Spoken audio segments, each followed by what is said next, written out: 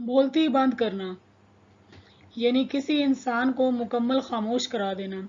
मैंने उसकी बोलती बंद कर दी या उसकी बोलती बंद हो गई। जब भी इंग्लिश बोलने की बारी आती है तो मेरी बोलती बंद हो जाती है। उसको देखकर मेरी बोलती बंद हो गई। चले आए हम इन सेंटेंसेस को किस तरह ट्रांसलेट करेंगे, आइए देखते हैं। अगर हम सेंटेंस स्ट्रक्चर की बात करें तो यहाँ पे बोलती बंद करने के लिए हम वर्ड यूज़ करते हैं टंग टाइड। और बोलती बंद करने के लिए इसके साथ जो हम लगाएंगे वो लगाएंगे गेट या फिर become. Get tongue tied, become tongue tied. I made him tongue tied. जब आप किसी को कोई काम किसी दूसरे से करवाते हैं या किसी दूसरे को मजबूर करते हैं तो वहाँ पे हम मेड लगाते हैं, यानी आपने उसकी बोलती बंद करा दी। I made him tongue tied, मैंने उसकी बोलती बंद करा दी। या उसकी बोलती बंद हो गई, खुद ही बंद हो गई।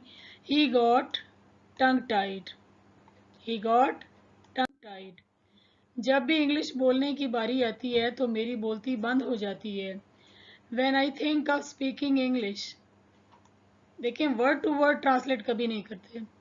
When I think of speaking English I get tongue tied. तो गेट का मतलब है हो जाना, इसकी जगह पे आप बिकम का वर्ड भी यूज कर सकते हैं।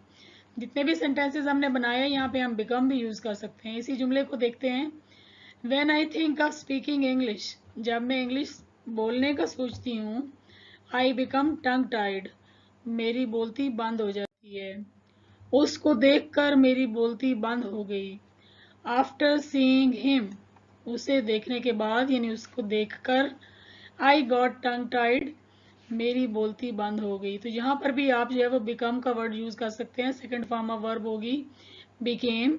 तो इसी तरह की वीडियो देखने के लिए चैनल को सब्सक्राइब कर लें और वीडियो को लाइक कर दें।